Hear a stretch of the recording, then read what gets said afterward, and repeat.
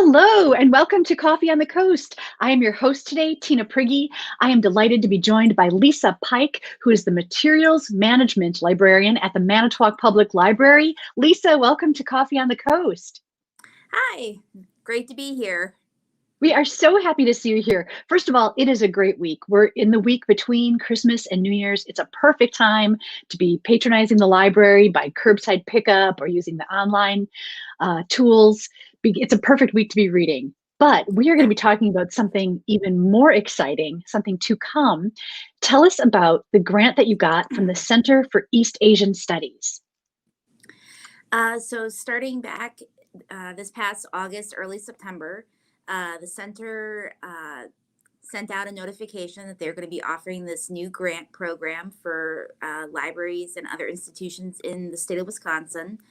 And basically, it was to help provide these organizations with titles focusing on East Asian culture and heritage.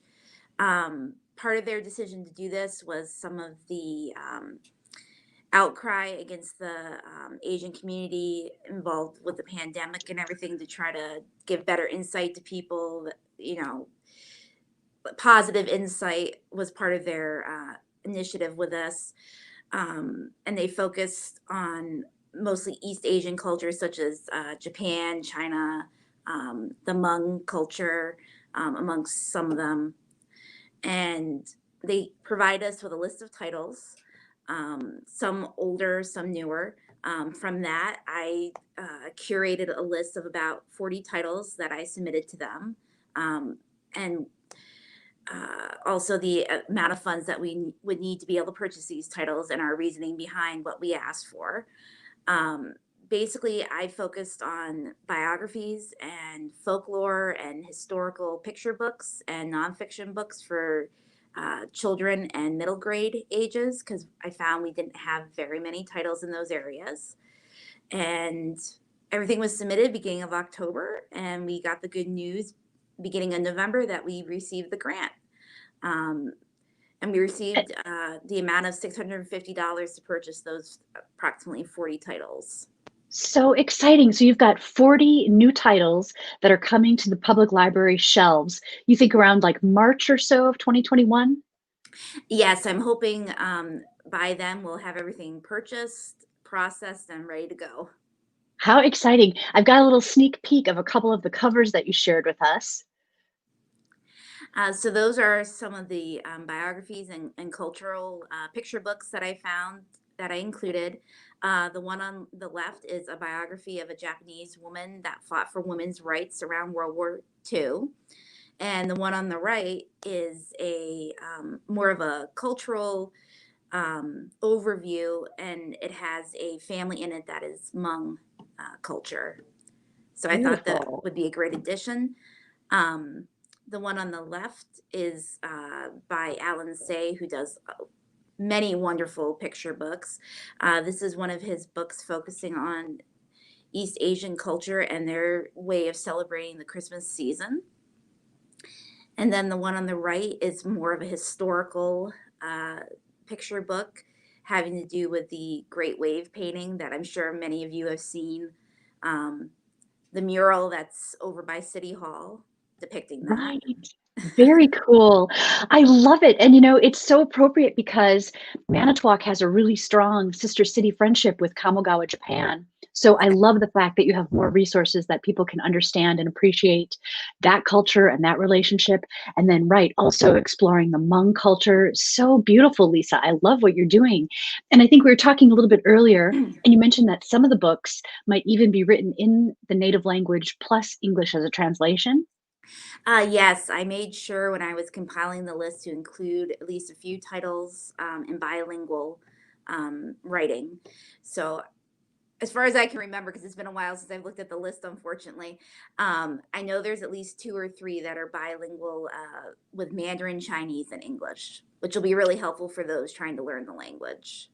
Yeah, such a great way to actually learn a language and approach a language is by starting with children's books, because they're already geared towards a simpler concept. A lot of times it gives you the insight into like cultural practices and customs, which are really important for understanding a language.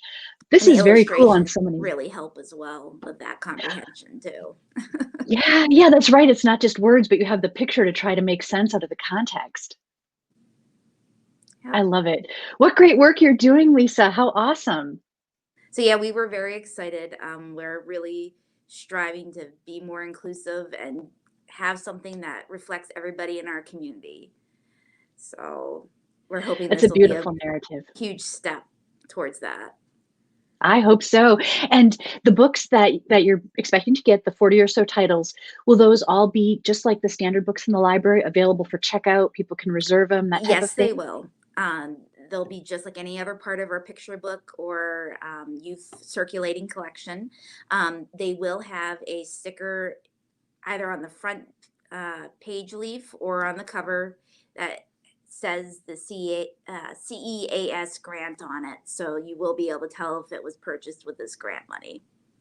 Very cool. And currently, during COVID-19, the library is closed to visitors, but I know you've got a very active curbside pickup. That's still true? Yes, we are still doing the curbside pickup, and we are more than happy to talk with you on the phone and collect items for you, including these new books that will be coming. Hopefully, we'll be able to compile a list that's readily available if anybody's asking what they are. Awesome. Hey, as the materials management librarian, do you have any other book recommendations during this week between the two holidays for our viewers?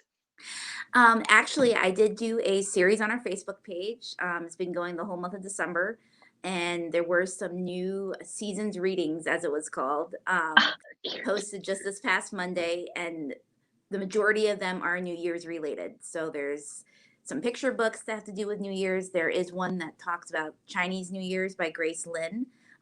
Celebrated a little bit later than ours, but in the same tradition. And then there's also a teen book called Resolutions about some teens that are celebrating New Year's and making resolutions. But this year, they're making them for each other rather than themselves, and how that turns out. It's kind of an interesting read. And there's also some adult recommendations on there as well. So take a look. And as far as I know, they're in at the moment. So, Okay, that's awesome. So that is at facebook.com, and that's the Manitowoc yep, just under library the page. Manitowoc Library page. Yep.